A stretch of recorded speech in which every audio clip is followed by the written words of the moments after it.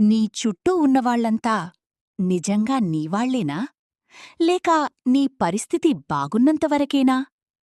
ఒక చిన్న పట్టణం. అక్కడ కిరణ్ అనే అబ్బాయి ఉండేవాడు. కిరణ్ చాలా మంచివాడు. ఎవరైనా అడిగితే సహాయం చేసేవాడు. అతనికి చాలా ఫ్రెండ్సున్నారు. ఇంతమంది ఉన్నారు. నేను లక్కీ. కాని జీవితం ఎప్పుడూ ఒకేలా ఉండదు. ఒకరోజు అతని ఫ్యామిలీకి పెద్ద సమస్య వచ్చింది. రా, నాకు కొంచెం హెల్ప్ కావాలి. బిజీగా ఉన్నా, ఇప్పుడే ఇవ్వలేను. తర్వాత చూద్దాం. అతని కళ్లల్లో నీళ్లొచ్చాయి.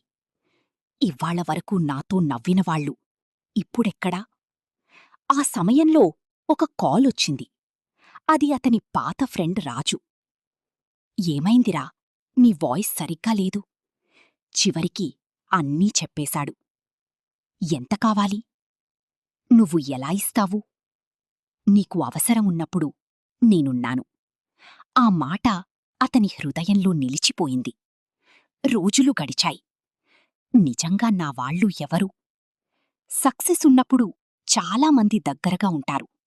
కాని కష్టంలో ఎవరూ కనిపించరు. నీ బాధలో నీతో ఉండేవాళ్లే నిజంగా నీవాళ్ళు. అతను తన జీవితాన్ని మార్చుకున్నాడు.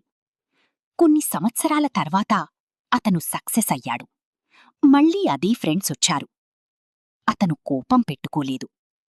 నువ్వు ఉన్నావు కాబట్టి నేనిక్కడున్నాను. నిజంగా నీవాళ్లు ఎవరంటే నీతో ఉండేవాళ్లు. ఈ కథ నిన్ను టచ్ చేసి ఉంటే లైక్ చెయ్, షేర్ చెయ్, ఫాలో అవ్వు.